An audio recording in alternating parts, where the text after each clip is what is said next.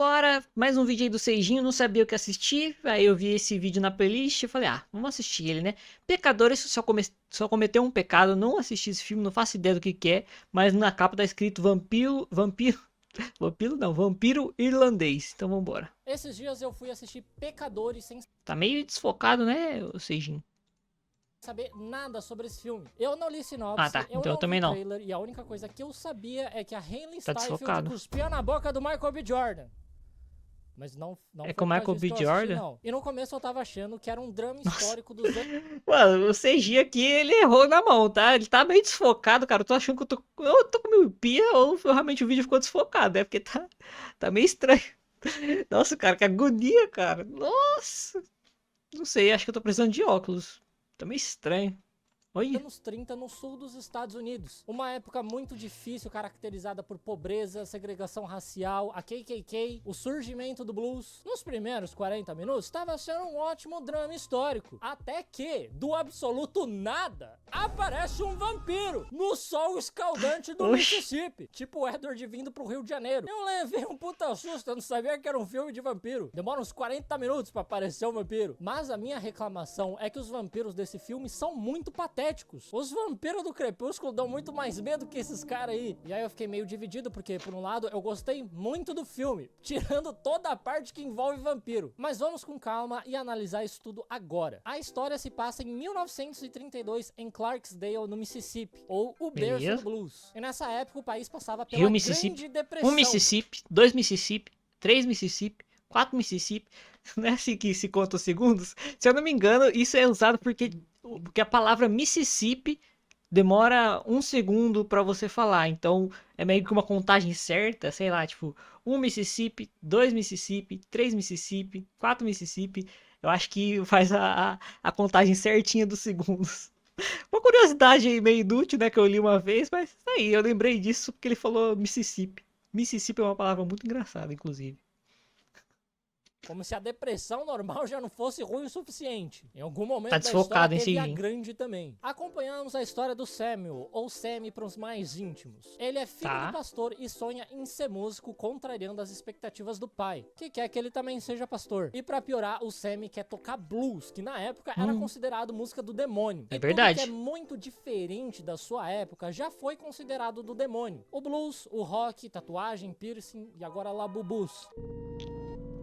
Aí o Samuel se encontra com seus dois primos que ele não vê há muito tempo, os irmãos gêmeos Meio Fulige Peaky Blinders, e né? Fumaça. Os dois interpretados Fulige pelo e Michael Fumaça. B. Jordan. Oxi! Sim, esse filme é tipo e Fumaça. Os dois Caraca! interpretados pelo Michael B. Jordan. Sim, esse filme é tipo Operação Cupido com a Lindsay Lohan, que ela interpretava duas irmãs gêmeas. Só que ao invés de tentar juntar os seus pais, eles juntaram o pai deles com Jesus. Porque o Fumaça matou o próprio pai dele porque ele batia no fuligem. Depois disso, eles se tornaram gangsters muito famosos e temidos. E eles se mudaram pra Chicago, onde eles ficaram muito ricos assaltando cassinos. É o pesadelo da Virgínia. E aí agora eles decidiram voltar pra Clarksdale e eles já chegaram comprando a antiga serraria que pertencia a um senhor branco. E depois de darem uma boa quantidade de dinheiro por esse estabelecimento, eles avisam ao senhor branco que eles não querem ver nem ele e nem os amiguinhos dele por perto. Porque como se a época já não fosse difícil o suficiente, muitos membros da KKK ainda estavam ativos na época. Mas o plano dos gêmeos ao comprar aquele estabelecimento é abrir um juke joint, que é tipo uma boate de blues onde a comunidade negra pode se encontrar e se divertir num ambiente seguro. Porém, eles querem inaugurar aquilo naquela mesma noite, por algum motivo. Nem vagabundo da atlética da faculdade que não faz porra nenhuma o dia inteiro consegue fazer uma festa tão rápido assim. E pra isso dar certo, os gêmeos se separam pra dividir as tarefas. O Fumaça vai até a cidade onde ele encontra um antigo conhecido dele, o Bo Chow, um descendente de imigrantes chineses que é dono de um mercadinho. Algo que era bem comum naquela região naquela época mesmo. Ele compra um monte de coisa pra inauguração e ele também pede pra eles fazerem um letreiro pra ele. Só Só que o Bow avisa que ele só tem tinta vermelha. E com certeza não vai ficar nem um pouco suspeito a porra de uma serraria com um letreiro em vermelho dizendo que lá é uma boate. Ninguém vai achar que lá é um abatedouro, com certeza não. Galera da Atlética é foda mesmo. Porém, enquanto ele está no mercado, dois rapazes tentam roubar a sua caminhonete e o Fumaça atira nos dois. Não pra matar, apenas pra mandar o recado de que não é pra tentar roubar os gêmeos. Pois é, chineses dominando 70% do comércio local, violência nas ruas, assalto à luz do dia. Incrível como o Mississippi nos anos 30 é igualzinho ao Brasil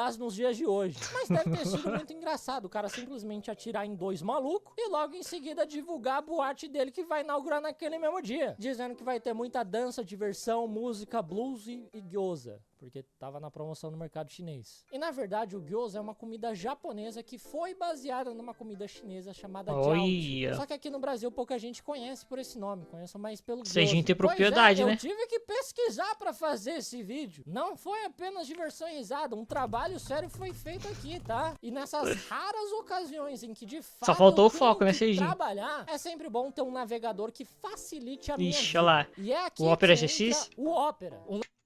É, né? Muito O bom. Opera GX me Pode patrocina. operar. Então, gratuitamente o Opera.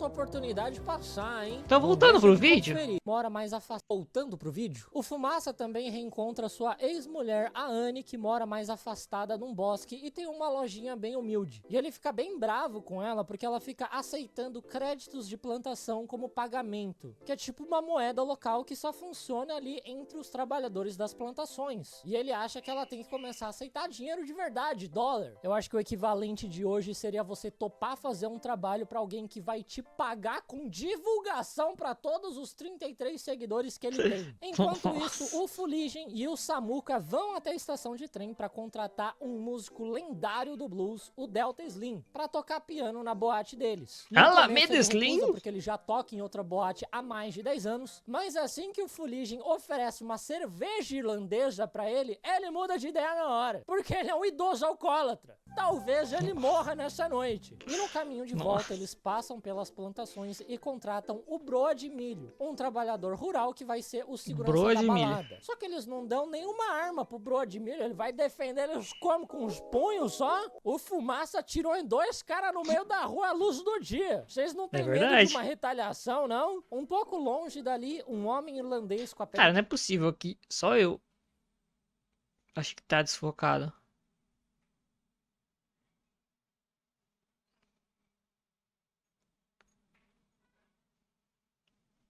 Mas ninguém falou que tá desfocado?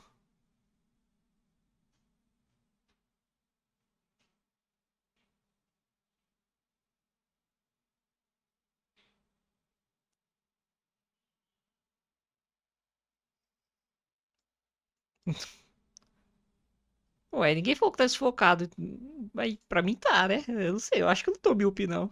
toda queimada, bate na porta da casa de um casal da KKK. E eu sei que eles são da KKK Como é porque que é? bate na porta da casa de Quem que é esse pouco cara? longe dali, um homem irlandês com a pele toda queimada bate na porta da casa de um casal da KKK. E eu sei que eles são da KKK porque a roupinha branca deles tá logo ali na entrada. Eles nem escondem, tá ali na frente pra todo mundo ver. Como se fosse um pôster da Sabrina Carpenter num quarto de um adolescente LGBT. Pelo visto, na época eles nem escondiam tanto assim que eles eram da KKK. Mas esse homem todo ferido pede ajuda daquele casal da KKK porque ele diz que a tribo dos Choctaw tá tentando matar ele. E um fato curioso é que a tribo dos Choctaw Ele é um vampiro, tem uma né? relação Esse bem cara. amistosa com os irlandeses. Não tem porque eles estarem querendo Ué. matar ele. O casal decide abrigar esse homem porque Esse ele cara é um oferece vampiro. dinheiro pra ele. Na verdade, como se a KKK precisasse de incentivo monetário pra odiar outro grupo étnico. E mais tarde, os Choctaw passam por ali e perguntam se eles não viram um homem suspeito. E ainda alertam que ele é bastante perigoso. Mas a mulher da KKK diz que ela não viu nada. Só que quando ela se vira pra avisar ao irlandês que os nativos já foram embora, ela se depara com ele com a boca toda ensanguentada. E no chão está eu o falei. seu marido morto também, banhado de sangue. E foi aqui que eu levei um puta susto, porque eu não sabia que era um filme de vampiro. E deve ter sido Do nada. exatamente assim que a lerda da Bella Swan se sentiu ao levar uma eternidade pra descobrir que ela tava num filme de vampiro. O maluco pálido igual uma parede. Ela, nossa, que será que ele é? Agora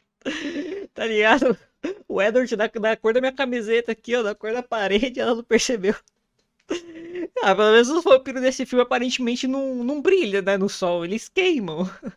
Acho que faz mais sentido, né?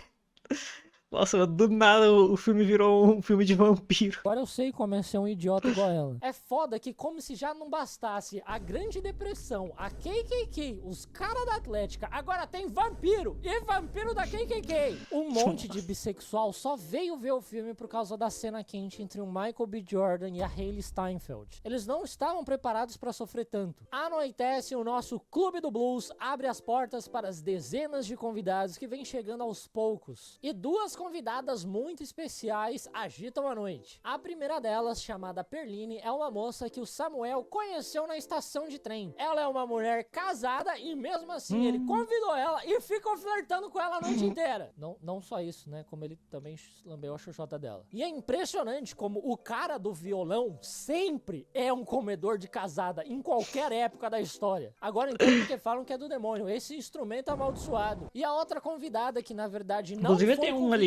é a Mary, uma mulher branca que é amiga de infância do Fumaça e do Fuligem, e também é a ex do Fuligem. A mãe dela morreu faz 2 dias e ela ficou muito chateada que nenhum dos gêmeos foi no velório, até porque foi a mãe dela que criou os 2 rapazes. Pois é, a menina namora o cara da Atlética e tá esperando alguma maturidade dele. Maluco tá pagando um alcoólatra com cerveja. Não tem como você esperar nada dele. Logo depois, o nosso querido Samuca se apresenta tocando blues e cantando. E o dom musical dele é tão grande, mas tão grande, que transcende o espaço e o tempo, invocando espíritos de várias épocas e lugares, desde os seus ancestrais africanos até a porra de um DJ no meio da festa. E apesar de ser meio esquisito ter um DJ ali, é um poder muito simbólico, que representa um pedacinho ali da história africana. Tem tudo a ver com o tema do filme. Dito isso, eu jamais usaria esse poder. Eu acho que eu não ia gostar se eu sem querer invocasse um bisavô ultra conservador meu que ia ficar me chamando de viado do chapéu. Eu tenho certeza que ia acabar com o clima da festa. E esse poder, apesar de muito irado, ele também acaba atraindo o mal. Pois o Remick, aquele vampiro que transformou o casal da KKK em vampiros, aparece na frente da boate fingindo ser uma trupe de artistas que escutou a música do Samuel lá de longe e também quer tocar lá dentro. Porém, os gêmeos barram eles acham eles meio sus. Afinal de contas, tem muito membro da KKK ativo naquela região ainda. E mesmo que eles não sejam racistas, eles ainda são de um grupo muito odiado, os músicos. Mas logo depois que eles vão embora, o Fuligem conta pra Mary que eles já estão tomando prejuízo com a boate, porque eles estão aceitando como pagamento créditos de plantação, que é uma moeda que só funciona ali com trabalhadores da plantação. É tipo o Clube Penguin. Então a projeção é que eles venham à falência é tipo comprar Roblox? de 2 meses. E é exatamente esse o tipo de competência que você espera da galera da Atlética. A Mary então decide ir lá fora ver se aqueles 3 artistas brancos têm dinheiro pra gastar lá dentro. E o Remick mostra que ele tem bastante moeda antiga de ouro, como se fosse uma taverna medieval lá. Quer dizer, já é melhor do que o dinheiro do banco imobiliário, mas ainda assim, né, cara? Mas a Mary também acha eles muito esquisitos e decide ir embora. Antes que ela pudesse fazer isso, porém, o Remick morde ela e transforma ela numa vampira. Depois ela entra novamente na boate com a autorização do Broa de Milho, porque vampiro tem esse lance de que eles não podem entrar num lugar sem autorização. E aí lá dentro ela vai lá e seduz o Fuligem, o que não é uma tarefa muito difícil. Eles entram no quartinho e de tanta sede de sangue, ela começa a babar, tal qual um pug vendo uma coxa de frango. Mas o Fuligem, em toda a sua inocência, pensa que é apenas muito tesão. E óbvio que o cara da Atlética vai pensar que todo mundo morre de tesão por ele, né? O Fumaça entra no quarto e flagra ela devorando o Fuligem, e se ele já não tivesse morto, o irmão dele nunca mais ia deixar ele namorar uma menina branca. Imediatamente o Fumaça enche a garota de bala, mas ela sobrevive e sai correndo dali, dizendo que eles vão matar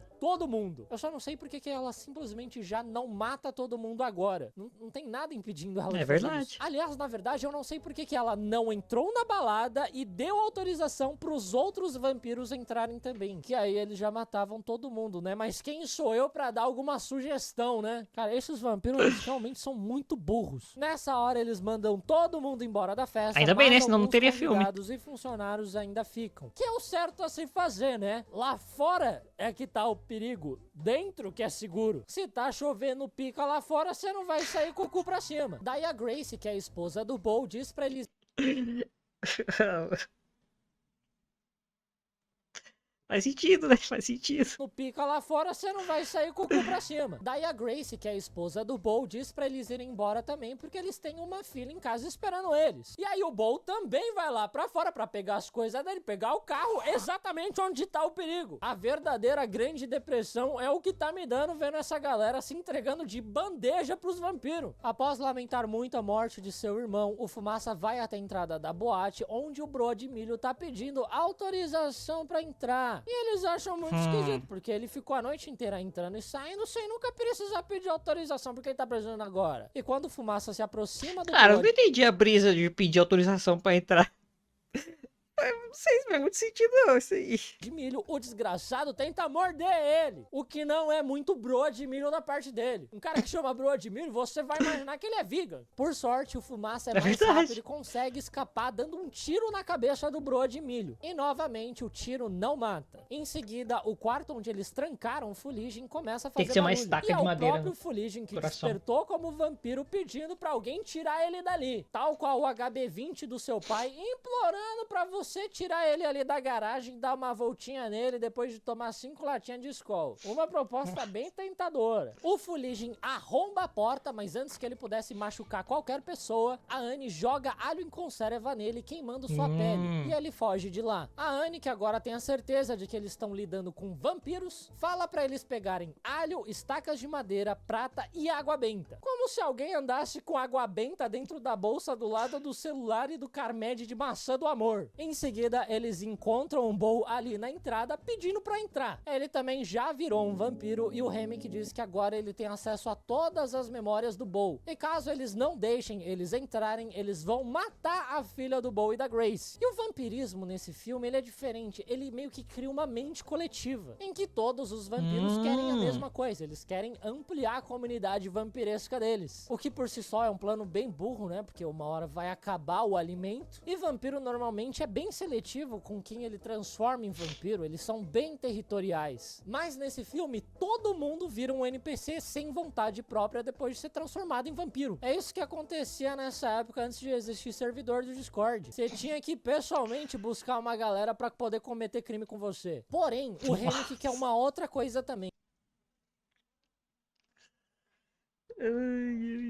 Ele quer o poder do Samuel, porque ele quer invocar o espírito dos ancestrais irlandeses dele. Na verdade, eu tenho certeza que ele quer invocar um espírito do futuro da linhagem dele, o Ed Sheeran, pra tocar no casamento da cunhada dele. E o Hammock também diz que é melhor todo mundo virar vampiro logo, porque o antigo dono que vendeu a serraria pra eles é um dos chefões da KKK. Aquele cara daquele casal que ele transformou no começo do filme, ele é sobrinho do chefão da KKK. E eles já estavam planejando atacar a boate. Mas é agora que o Fumaça não vai querer ser vampiro mesmo, né? Você acabou de admitir que um dos membros da KKK é um vampiro aliado de vocês. Daí eles fecham a porta na cara deles e os vampiros ficam lá fora tristinho, tocando música, esperandinho eles convidarem eles pra entrar. É bastante patético. Mas lá dentro da boate eles também estão abalados. Principalmente a Grace, que teve a sua filha ameaçada. E aí essa vagabunda impaciente, ansiosa, grita pros vampiros entrarem, que ela vai matar todo mundo. A filha da puta nem esperou o Samuel tocar uma musiquinha, invocar um Mike Tyson, um Muhammad Ali, pra ajudar na luta contra os vampiros, não. Deixa o bardo da party fazer o trabalho dele. E aí os vampiros começam a entrar e vira um verdadeiro banho de sangue. Eles conseguem matar alguns vampiros, mas nesse processo a Anne é transformada pelo Fuligem. E o Fumaça vai lá e mata ela como ele havia prometido pra ela. Nisso, o Fuligem e a Mary ficam putos, porque o plano deles era transformar a Anne e o Fumaça em vampiros e todo mundo viver feliz pra sempre sendo vampiro. E realmente eu imagino que é o sonho do cara da Atlética ser jovem pra sempre, né? Não vai ficar esquisito quando ele já tiver com 40, 50 anos e continuar indo pra cervejada e calorada. Daí a burra da Gracie também morre e o Delta Slim também morre porque ele fica pra trás pra ser o sacrifício heróico. Ou ele só Tem não que ter, consegue né? fugir porque ele tá muito alcoolizado, provavelmente isso. A Perline também morre pra proteger o Samuka e eu nunca vi uma lambida na xereca tão boa assim que ela decidiu morrer pra salvar o cara. Nem conhece o maluco direito. E o Fumaça também fica pra trás pra lutar contra o Fuligem enquanto o Samuel escapa de lá. Você tá vendo que tá todo mundo protegendo o Samuel a qualquer custo, né? Isso representa verdade. o quanto eles não querem que o Hammock invoque o Ed Sheeran. Se você parar pra pensar, o Ed Sheeran é o verdadeiro vilão desse filme. No Não começo dá, não dá, não dá.